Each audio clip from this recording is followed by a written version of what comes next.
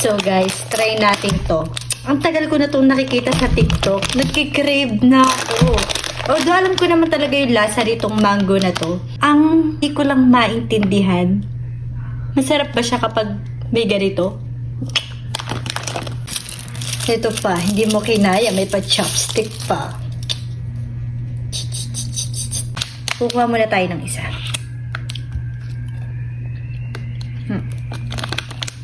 Real mango talaga yung lasa niya na medyo sweet.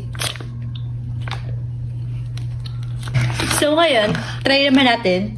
Ilalagay natin yung mga mango sweet dito. And then, lalagyan na natin ng mga sauce.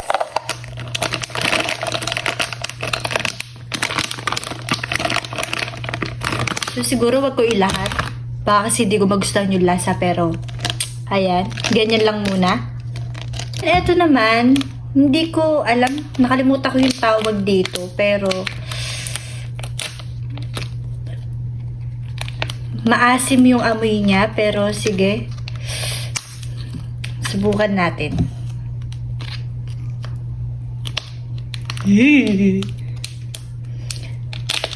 Alam mo yung kinakabahan ako na na-excite. So, ayan. Di ko alam kung ano itong ginagawa ko. Basta usong-uso kasi ito dito sa TikTok, pero syempre, alam mo naman tayo.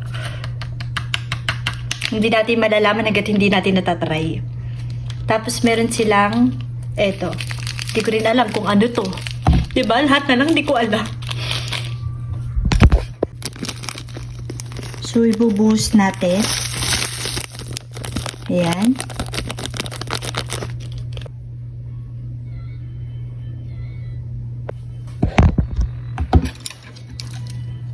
So, let's go. Try na natin. Lord, sana magustuhan ko.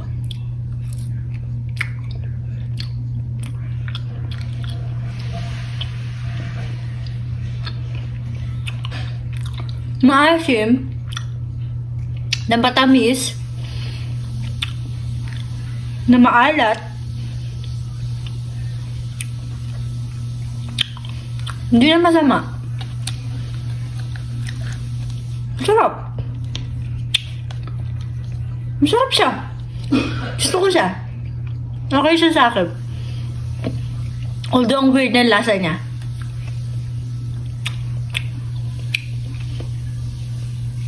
Mas nangingibabaw lang yung alat. Tapos yung asim. So, dahil yung mangga matamis, so, mas sa huli mo siya malalasahan. Yung sweet. Pero,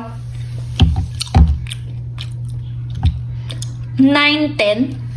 Although, okay lang din. Sanay din naman ako sa mga weird na lasa. Okay lang din. Natira pa.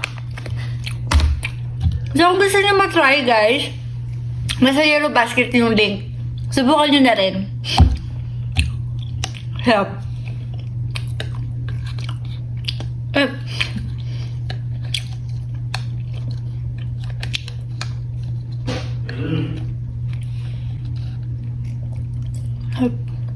Help.